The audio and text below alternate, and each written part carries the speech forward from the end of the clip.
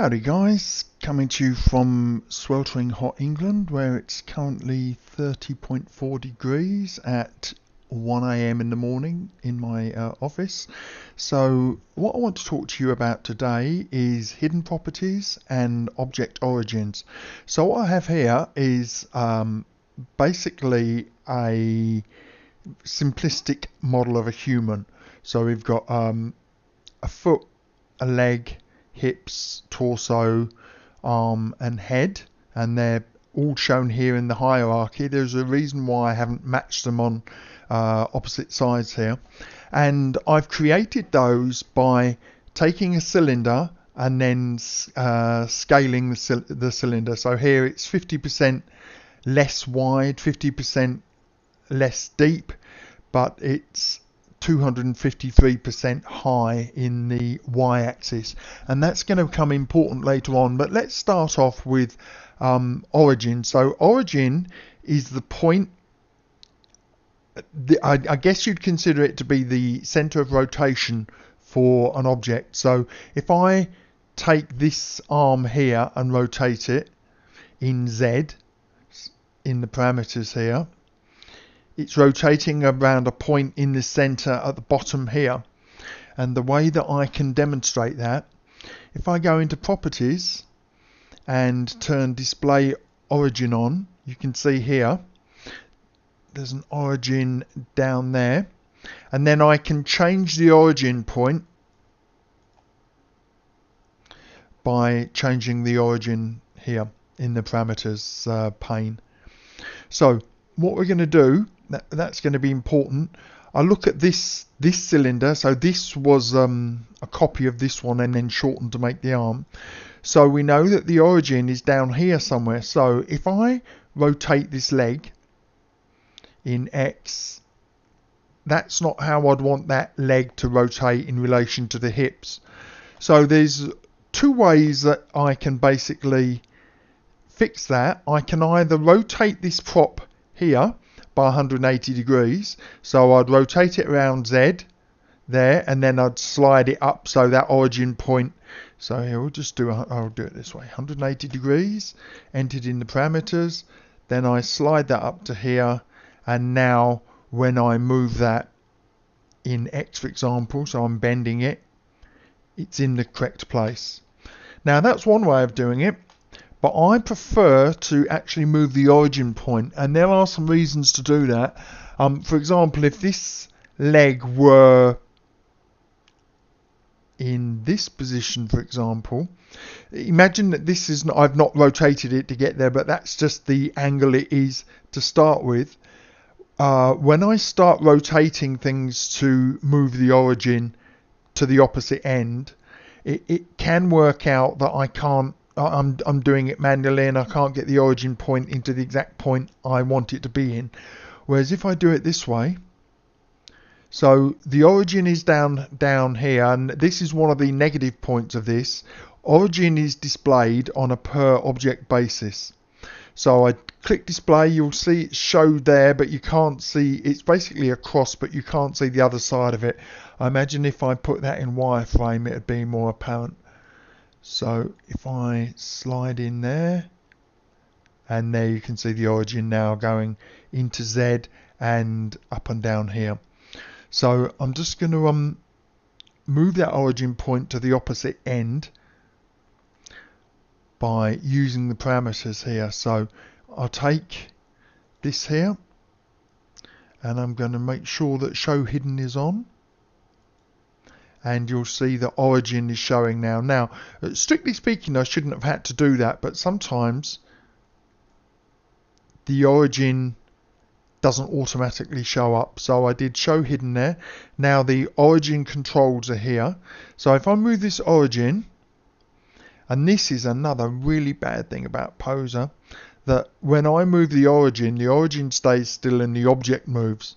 And that makes absolutely no sense to me.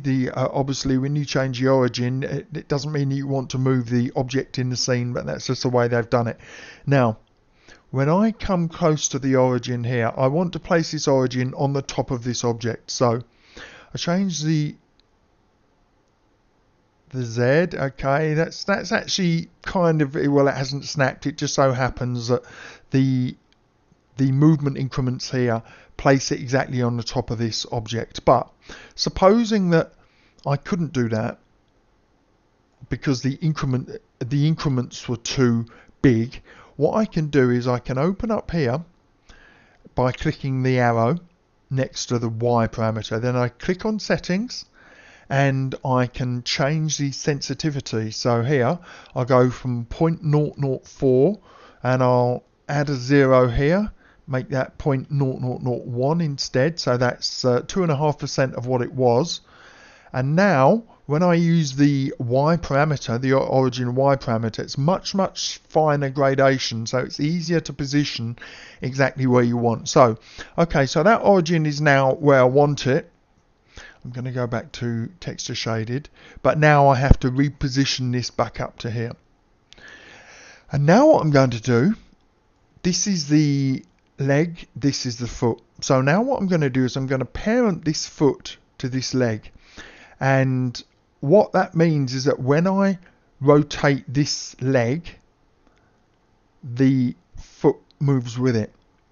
Now you're going to see an issue here, and this is unique to the way that I've created these body parts. When I rotate this foot as if it was kicking, for example, or bending, it will change, it will skew. And what the reason for that is that it's picking up the scaling of this object. So this is the child, this is the parent. The child object picks up the parameters of the parent, and the scale here is 253% in Y. So as I rotate, for some reason, that picks up that 253%. And that relates to something that I mentioned earlier on, which was the need for, or the difference between world space and local space or object space. So in a more sophisticated 3D program, I could define whether this object was being manipulated in world space, in which case it has no reference to what this is doing, or in object space, or in relative space. So at the moment it's working in relative space, so as I move it, it picks up the relative settings of the parent object, and that can be very undesirable more often than not. Whereas if this was working in world space, it wouldn't care about the parameters of this, it would just care about the default world settings. Anyway, now let me show you something else also.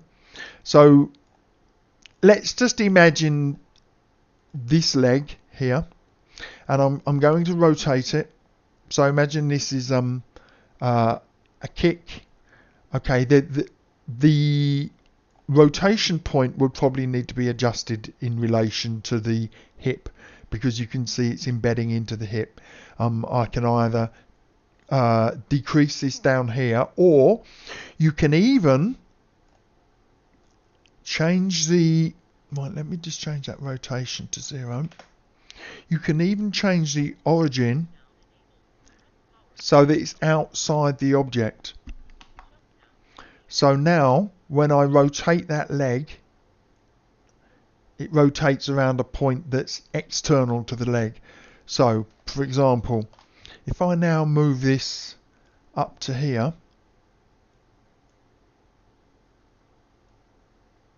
you can see that doesn't bury into there. So probably I would set the rotation point somewhere up in the hip here.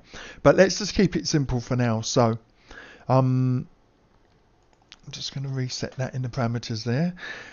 So let's say that we want this leg to have a rotational parameter where it doesn't go any further back than that. So that's 70 degrees there. And it can't rotate any further forwards than, say, there, 43 degrees. So what I do is I go into my settings by clicking this little triangle here. And now this value here, the value is the current position. I'm going to set the minimum level to -43, the maximum limit to 70. Now, if you'll notice at the moment, I can exceed those. And the reason for that is because I haven't forced limits. So when I force limits, now if I try and rotate, I can't go beyond those parameters. So that's quite a nice way to limit where that's moving to. Now, that's X-rotate. X-rotate for the average user is not going to mean anything if this is meant to be a leg. So what I can also do is I can go into my settings and I can change that to, let's say, bend. And then I can change Z rotate. So Z rotate is going to rotate this way. So that would be side to side on an average figure. So let's change Z rotate to side side. And Y rotate would be twist. So let's do Y rotate. And that's going to be twist. So now they have more meaningful names. So now with twist, you'll see that that cylinder is twisting, and when I do side to side, it lifts up side to side like that. So there's one more thing that we can do. You'll often see a figure where some of the parameters are missing, and let me just show you. So the parameters are hidden there. These translations, it would not be common in a figure to enable you to have translation. Imagine that this leg is actually connected to the hip and I allow you to do a Y translation. That would suddenly be moving, the flesh in between would be stretching and it would be really weird. So it's common for developers to make unrequired parameters invisible. And all you do to do that is you select settings and then you just do hidden. And so now the unrequired parameters are hidden, like so.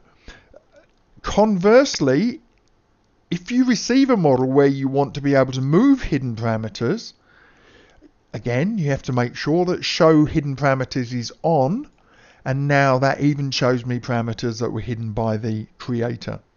So now those parameters come back. By default, show hidden parameters is turned off and I can't see them. Okay, so I think that pretty much explains that. Now I want to show you a couple of things. So I've now moved that origin point up to here somewhere, and I'm now going to duplicate that. I could have duplicated it beforehand, but it's easier if I duplicate it once I've done any parameters and naming and stuff like that. Oh, might as well hide that Z translation a second. So settings there, hidden. Okay, so now I've got my leg, and what I'm going to do is I'm going to go up to the edit menu, duplicate right leg. So now it's duplicated, and you can see here in the menu it's called right leg 1.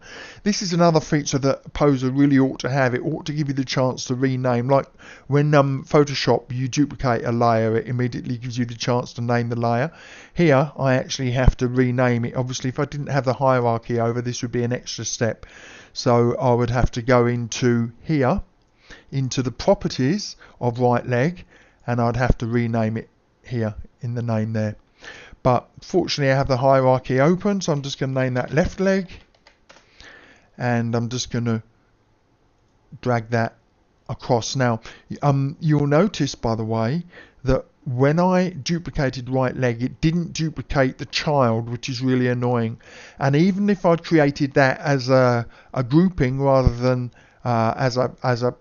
so here I create a grouping here and put them both into it. It's still, if I did duplicate grouping, so here's the grouping here, if I drag that down into there and the child goes in, even if I now duplicate this grouping,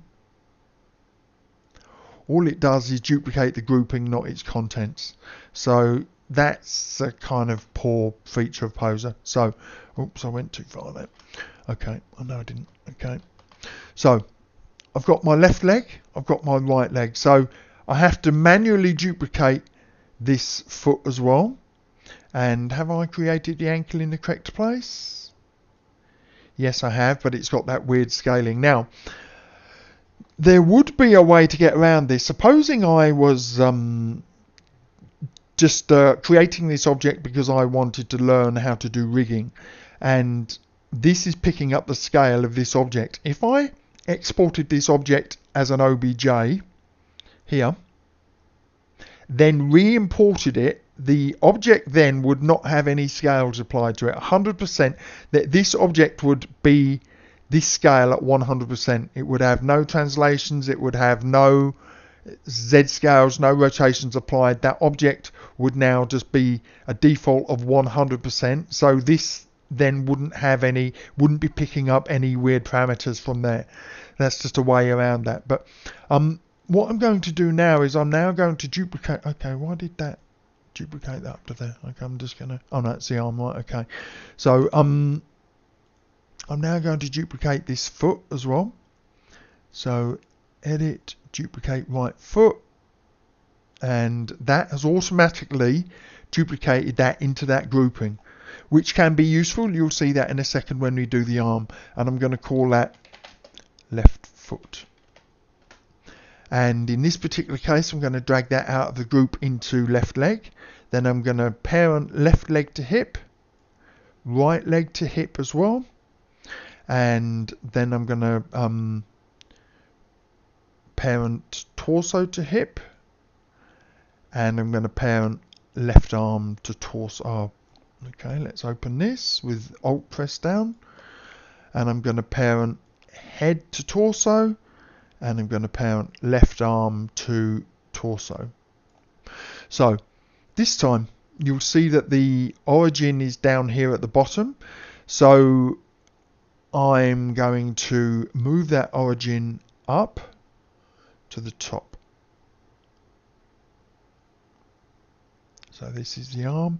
Assume that I got that in the correct place, and this time I'm going to move the origin over to the side as well. If I rotate the arm in its current position, you see it's rotating from this center point, which is not what I want. So I need to move the origin over to the edge of the model object here.